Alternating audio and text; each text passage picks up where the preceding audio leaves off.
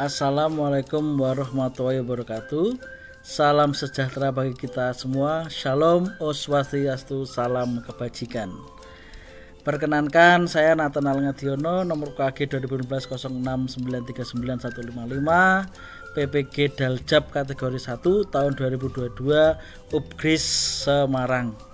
Untuk menyampaikan best practice menyusun cerita baik menggunakan metode STAR, situasi, tantangan, aksi, refleksi, hasil, dan dampak terkait dengan pengalaman mengatasi permasalahan siswa dalam pembelajaran, yaitu PPL 1 dan PPL 2. Lokasinya yaitu di SDN Bandarjo 2, Kecamatan Ungaran Barat, Kabupaten Semarang. Lingkup pendidikan yaitu SD. Tujuan yang ingin dicapai untuk PPL 1, mengatasi kesulitan belajar siswa dalam memahami makna Pancasila dan penerapan dalam kehidupan sehari-hari. PPL 2 yaitu meningkatkan motivasi belajar siswa melalui aplikasi AR yaitu Augmented Reality dan praktek membuat penyaringan air dalam pembelajaran IPAS. Penulis saya sendiri Nathanael Ngadiono. Saya tulis tanggal 23 September tahun 2022. Situasinya saya uraikan sebagai berikut. Latar belakang masalah dari praktek pembelajaran ini adalah untuk PPL 1 yaitu guru kurang strategi dalam mengajar, siswa tidak mau bertanya ketika guru mengajar, siswa tertentu yang mengerjakan tugas jika diberikan tugas kelompok, masih rendahnya penguasaan siswa terhadap materi yang diberikan. PPL 2, guru masih mendominasi dalam pembelajaran, kurangnya perhatian siswa terhadap pembelajaran yang dilaksanakan, siswa kurang aktif dalam kegiatan pembelajaran, siswa hanya mencatat saat guru mengajar. Praktek baik ini penting dibagikan karena banyak guru yang mempunyai masalah yang sama terkait dalam pembelajaran.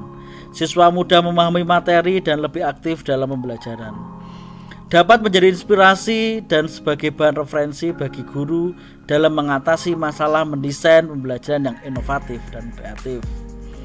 Peran dan tanggung jawab dalam praktek ini, sebagai guru mempunyai tanggung jawab untuk melaksanakan proses pembelajaran secara efektif menggunakan metode, media, model pembelajaran yang inovatif dan kreatif, sehingga tujuan pembelajaran dapat tercapai semaksimal mungkin sesuai yang diharapkan.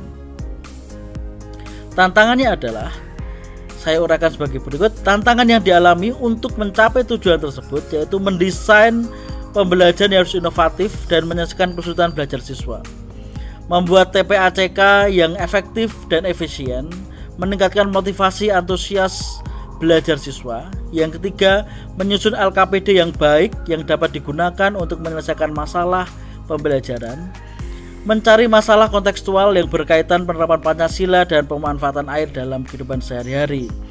Yang terlibat yaitu 1. Kepala sekolah sebagai pimpinan sekolah, yang kedua teman sejawat sesama guru di sekolah, yang ketiga pakar sama guru kelas juga sebagai guru penggerak dengan pendidikan setara S2, yang keempat peserta didik yang merupakan target dan tujuan pembelajaran, yang kelima adalah orang tua peserta didik atau paguyuban kelas yang telah membantu kelancaran kegiatan ini.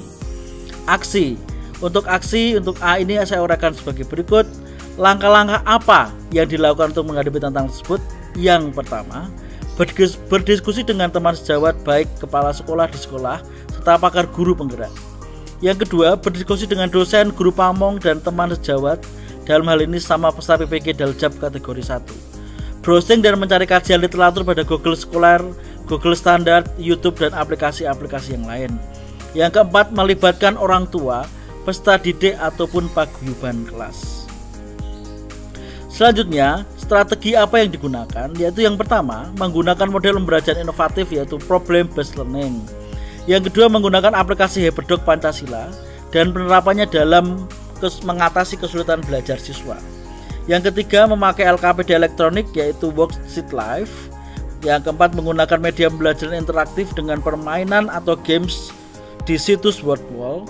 Pemakaian AR atau Augmented Reality lewat aplikasi Assembler Edu di aplikasi Play Store di HP atau smartphone.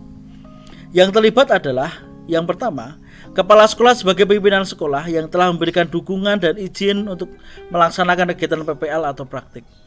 Yang kedua adalah teman sejawat atau sama guru di sekolah yang telah mendukung dan membantu pengambilan gambar atau syuting. Yang keempat adalah dosen dan guru pamong yang mendukung dan memberikan banyak solusi dan pencerahan dalam kelancaran kegiatan ini. Yang keempat adalah peserta didik yang merupakan target dan tujuan pembelajaran. Yang gede, sumber daya dan materi yang diperlukan yaitu laptop, komputer atau Chromebook. Yang kedua handphone, smartphone, Android, jaringan internet, wifi. Yang keempat LCD proyektor. Yang kelima papan tulis. Yang enam LKPD. Yang ketujuh bahan-bahan yang buat penyaringan air, botol plastik air mineral bekas, batu pasir, kerikil, arang, kapas, dan tisu. Yang R yaitu refleksi hasil dari dan dampak. Ya, kami uraikan sebagai berikut. Dampak dari aksi langkah-langkah yang telah dilakukan. Yang pertama, peserta didik sangat senang dengan cara belajar berdiskusi kelompok karena mereka dapat bekerja sama dengan teman lainnya dalam memecah suatu permasalahan dan mereka jadi mampu bersosialisasi dengan baik.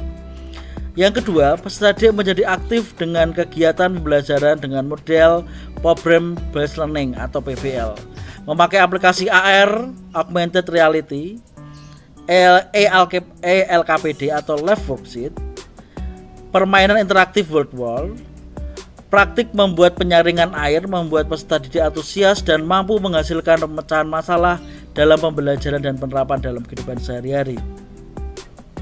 Yang ketiga, respon dari guru pamong dan dosen mengenai pembelajaran yang diterapkan pada kegiatan pembelajaran tersebut sangat positif dan mendukung. Orang tua peserta didik sangat senang dan merespon secara positif adanya pembelajaran memakai TPACK karena membuat anak-anak dapat memanfaatkan HP atau smartphone untuk belajar, bukan hanya untuk main games atau tiktokan saja. Yang ke B, keberhasilan dari kegiatan yang dilakukan adalah peserta didik menjadi lebih aktif, bersemangat, memperoleh hasil pemecahan masalah yang baik kan dilakukan bersama-sama teman lain dalam kelompok sehingga mampu mempresentasikan hasil pemecahan masalahnya dengan kritis dan penuh tanggung jawab. Faktor yang menjadi ukuran ketidakberhasilan dari metode yang digunakan adalah adanya peserta didik masih belum aktif saat berdiskusi kelompok karena masih belum terbiasa bersosialisasi dengan temannya di dalam kelompoknya. Yang gede, pembelajaran yang dapat dari keseluruhan proses yang telah dilakukan yaitu yang pertama, memotivasi saya dalam meningkatkan kemampuan melakukan variasi kegiatan pembelajaran baik dari model pembelajaran, bahan ajar, media maupun dalam pengembangan evaluasi pembelajaran. Yang kedua, suasana belajar mengajar di kelas menjadi lebih menyenangkan karena semua siswa terlibat aktif di dalam kegiatan pembelajaran. Setiap siswa juga meningkat kemampuannya dalam berpikir kritis dan bersosialisasi dengan temannya. Yang ketiga, terjalin kerjasama yang baik antara guru, sekolah, dan orang tua. Demikian yang bisa saya sampaikan untuk best practice dengan metode STAR tadi. Bila ada kekurangan dan kelemahan yang sudah kami lakukan dalam menyampaikan basis kami, mohon maaf yang sebesar-besarnya. Waalaikumsalam warahmatullahi wabarakatuh. Matur suwun.